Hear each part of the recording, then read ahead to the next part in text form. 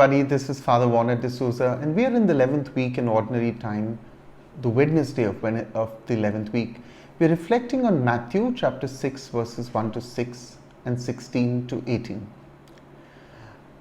I have often come across Christians who justify their absenteeism from church and religious disciplines with a classic excuse. Their justification is that they don't want to associate with certain hypocrites that they see in the church whom they abhor. This is most certainly an excuse for not exercising one's Christian's disciplines, and, if I may add, a silly one. To such excuse-wielding absentee Christians, whose non-participation they justify by what they consider hypocritical behavior, Jesus gives a perfect reply. His solution is not to absent oneself from Christian duties, but to do exactly the opposite of what they see in others and disapprove. The Jews at the time of Jesus were self-righteous, not righteous, and it is their self-righteous actions that Jesus does not want us to imitate.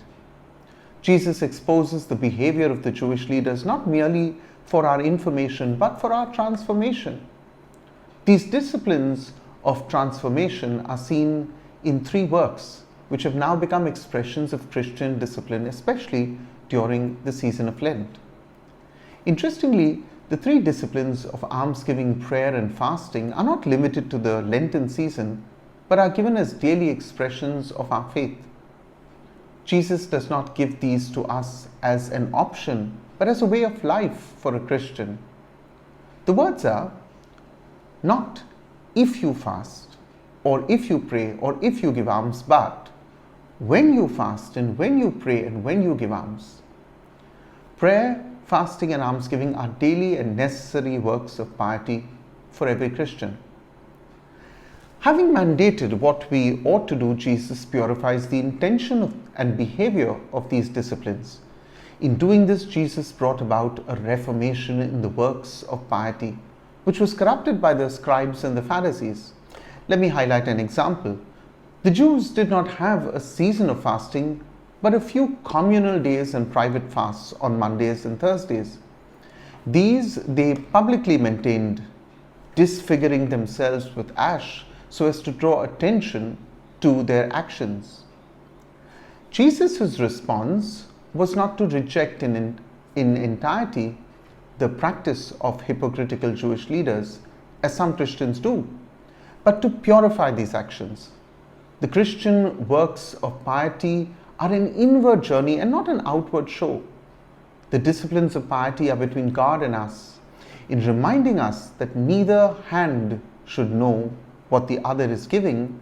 Jesus reminds us that even the indulgent thoughts triggered by the pride of giving should not be entertained in our minds.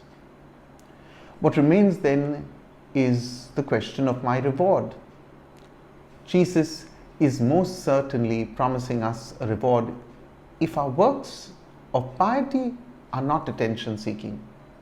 But he also clearly teaches that there is a reward for us in heaven if we have not, by our self-indulgent actions, received it already here by drawing attention to ourselves. If we love those who love us, then the reward is an increase in their love for us.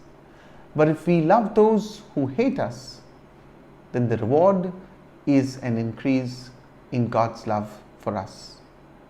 I want to thank you for watching these videos every day, and I'd like if you would share these with your friends and family. If you haven't yet subscribed to our YouTube channel, please do that. And if you like the text form of these thoughts, you could go to my blog pottypadre.com. That's pottypadre.com, and you can also find me on Instagram. Have a blessed day, everybody.